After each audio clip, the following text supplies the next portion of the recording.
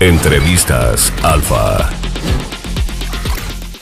Hola, soy Cristina Tenorio de Alfa 91.3. Estoy con alguien a quien apenas le decía que es maravilloso tenerlo en el top 10, tanto en Alfa 91.3 como en Shazam, como en muchas aplicaciones. Aquí lo han escuchado mucho y está en México para presentarse en un showcase con ustedes. Él es Mishaal Tamer. ¡Hey! Hola, muchas gracias por tenerme. Me da mucho gusto tenerte aquí. La entrevista la vamos a hacer un poco español-inglés. Ya has venido muchas veces a México, te gusta practicar tu español con los fans, pero como Sí, tú te sientas cómodo. Y bueno, I want to start this interview by saying a little bit of your story to the fans, to the new fans that maybe want to know more about you. It all started with a broken arm when you got the guitar. So, Michelle, about this thing that happened to you, it was shocking, but when did you felt something like chilling your skin that you said, I want to become an artist? hmm. It's weird. I think there never really was a moment like that. Like it kind of was slow. Like it's like falling in love slowly. Like you don't really expect it. And Mhm. that's exactly what happened with music. I didn't expect it. I had nerve damage on my left hand. So if it wasn't for the guitar, I would still be handicapped today. Okay. And the guitar saved my arm. And I started when I was like 9 when I broke my arm, and then I just didn't stop. Started writing, started producing, and then after it, like when I was 11, Mhm. and now I'm 25. I just kept doing it. About, I mean, what you're saying that just falling in love with something, like getting to know it little by little, Yes, like in that time, music, I mean, the guitar kind of fixed your arm, fixed, but when you started being vulnerable and writing, how do you think that music and making lyrics has been making you stronger now that you're 25? it definitely allowed me to talk about my feelings, like, and be to understand my feelings because, like, I grew up with only brothers in the Middle East, so we did not talk about feelings with my brothers. So I would talk. So these songs were like an outlet, like therapy for me. And then like now, because of the fans, I can also connect with many different people, and like they're like family too. They're like friends, and they understand me, and I understand them because of the music. Mhm. Connect like it connects us. I want to talk about the chicken gang a little bit later, but first, now that you said like growing up with other two brothers in the Middle East, like when we read a little bit about your bio, like where you're from, we may get like when people talk about Mexican artists, we automatically get a prejudice, like, oh, that Mm. is what like the sound is going to be. So you have to be also struggling with a lot of uh, prejudice, like people believe that you're going to sound in a particular way when they know that you're from Saudi, maybe. Like, how is it Yeah. for you to struggle with these prejudices and to let people know who you are? Well, I guess that's why like the album Home is Changing, like when you listen to it, it's doesn't stick to one sound. And it's because I just love music. And I don't stick to one sound when I'm listening to music, and I'm just being honest and I'm just making music that I like, and that could be whatever it is. So I think with the fans, they know because they listen to the songs and they see there's even like clips and stuff like in between. If you like listen to Home is Changing the whole way, it's 33 songs, it's very long, but if you listen to it the whole way through, then you know me very well as a person. Like if you listen to that album, then you understand Mishaal Tamer very well. Like so I think I just try not to think too much about it. And of course people have the prejudices, that's okay. Like um but I just try to focus on just being real with the music, and because I think that's like the most important thing for me. Like I matters way more to me than numbers or than anything is if I see that the music helped someone out there, even if it's just one person. Like if it can help someone, then that's way like more rewarding for me than like numbers on a screen. Like you know. Yeah, yeah, yeah. Like when people really go to a concert and say, "I really loved it. It was like a bomb for me when I needed it." So what you're saying, Also that, yeah, also yeah, that too. Why not? Yeah, like yeah, exactly. being But authentic. that happens. Being authentic also, and like in lyrics and things, sometimes the lyrics can really help people, Mhm, or like they see things in a different way, or like from Home is Changing, I was getting a lot of like letters and messages and things from people, like from fathers saying that it made help them understand their daughters better, from people saying that like it helped them go through like some depression, that it's helping people with anxieties. Like different songs in there have like different purposes, because the whole album is just one big story, and it's my story, and it's a real story. and it's an interesting one, as you're saying. When I was about to listen to the album, I was like, "Wow, what? 1 hour and 30 minutes?" I was like, "Wow." It's a movie. Yeah, It's yeah, a it's movie, a lot, but literally. I Yeah. get to know you, like when you're Yeah. just like turning down the cigarette and you're talking about the first breakup, and I was like, yeah, that would be like what a friend talk, like just Yeah. listening to an album. So, Homies Changing, what came first, like the idea of being No, like an open book, or the passion of, or what came first? I think I wasn't even thinking about making an album. Hmm. I was just like I was living in a recording studio in New York. It was during COVID also, so I was just there every day, locking it out at night, and the rent was free, so I just stayed there. You know, I would bring my mattress, I'd sleep under the table, I'd put my pillow under. In that studio is where I learned how to play like more instruments and things like that. Just being around the instruments, Hmm. and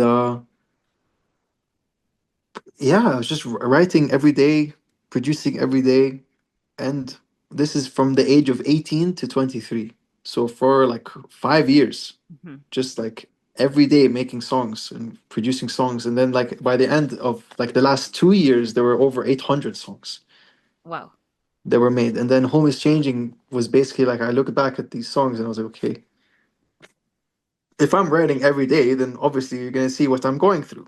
So let me put these like let me like curate them into like there's a story here. So Hmm. let me tell that story with like the important parts, and that became Home is Changing, and the important parts became like chapters. That's why it's like 5 discs. It's like the deep, which is like depression, which happens when you're a teen, especially like 17, 18, like, and that happened to me. Like I was very like my brain was still in development, right? So that's the deep first, and then you find the heart, which is like you fall in love, chapter 2, and you think, oh, this is gonna get me out of the deep. And no, because chapter 3 is the heartbreak. Yeah. So that's what really happens. And then after that, time goes by, time keeps going by. And then chapter 4, which is the dream. This is when like you get a bit older, you start seeing that like time is just doesn't stop. And then you start getting like feeling almost like a frustration. Mhm. And that's chapter 4, what the dream is about. And it's more of like less about love with someone else and more about love with yourself. And then chapter 5 is the final chapter, and it's the return.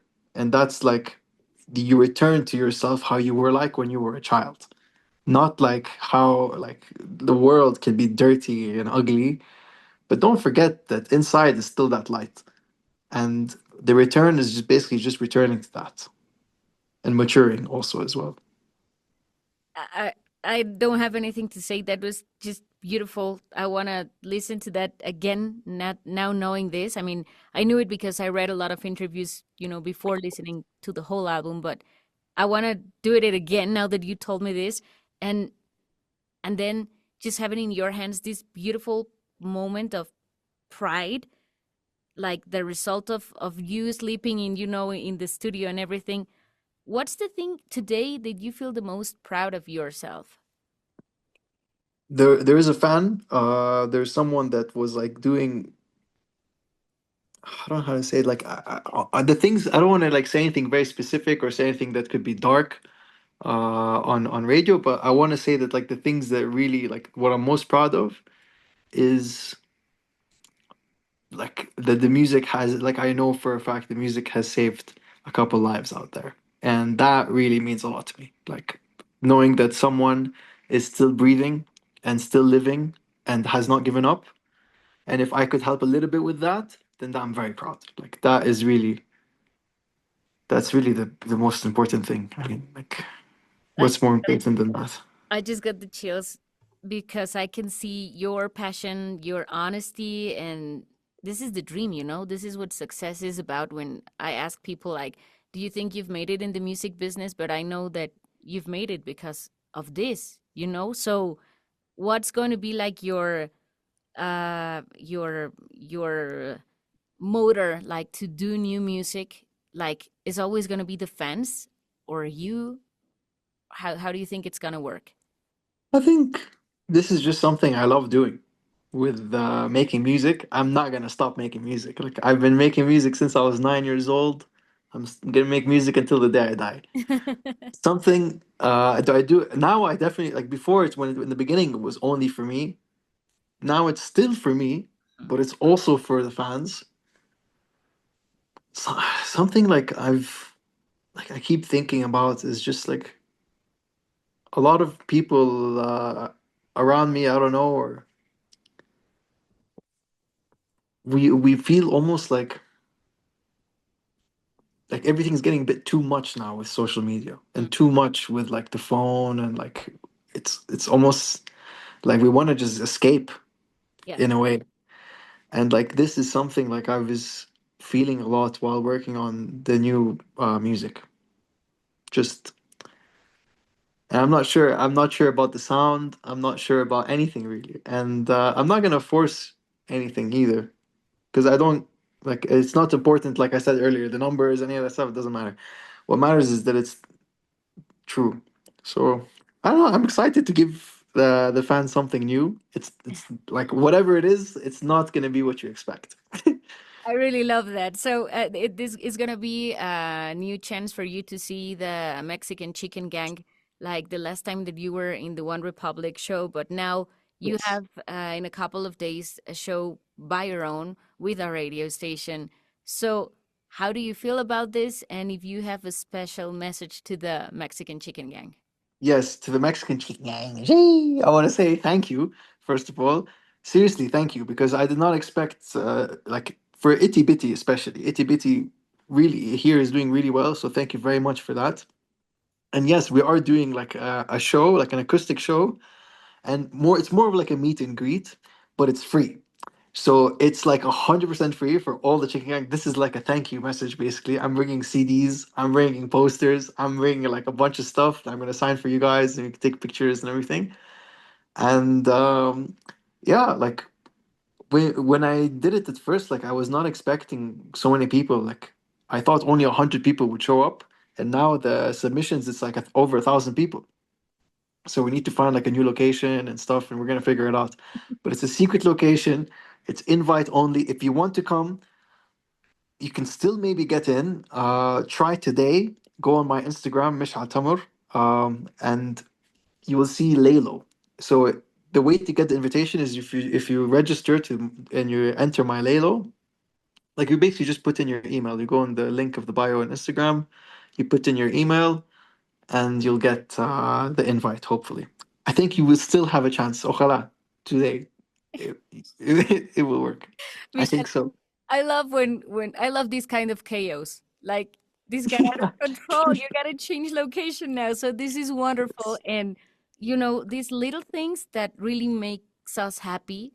Like when I was listening to Mama Don't Go, like life is short and always fleeting. You were saying everything's happening so fast. It's like an overwhelming amount of music, videos, social media. But when we get the chance to escape and to be like with you in this time and space, like it's not something that wasn't supposed to happen. So if you had to pick one moment from this year to put in a time capsule to keep forever untouchable of this overwhelming chaos, what would you put there?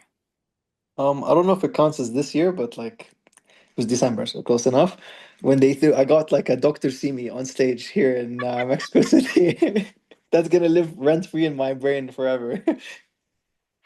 I love it, Michelle. So get ready because I think you're gonna get a lot of Dr. Simis.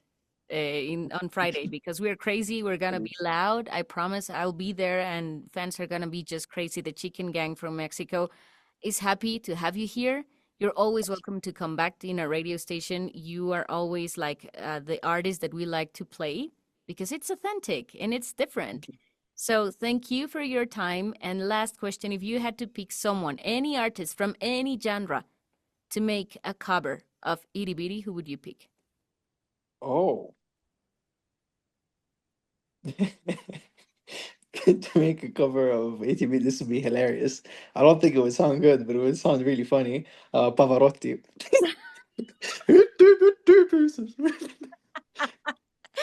This is the craziest It's answer so I've stupid. ever got. Michelle, this was so much fun. Please enjoy Mexico. Enjoy Thank the you. success, as you're saying, just having an authentic feedback from your fans and connection. That's like a really nice reward of your work. So enjoy it. Thank you for your time and thank you for being here in Alpha 91.3. Thank you. Muchas gracias, Mishaal Tamer, en Gracias. la estación donde todo nace. Entrevistas Alfa.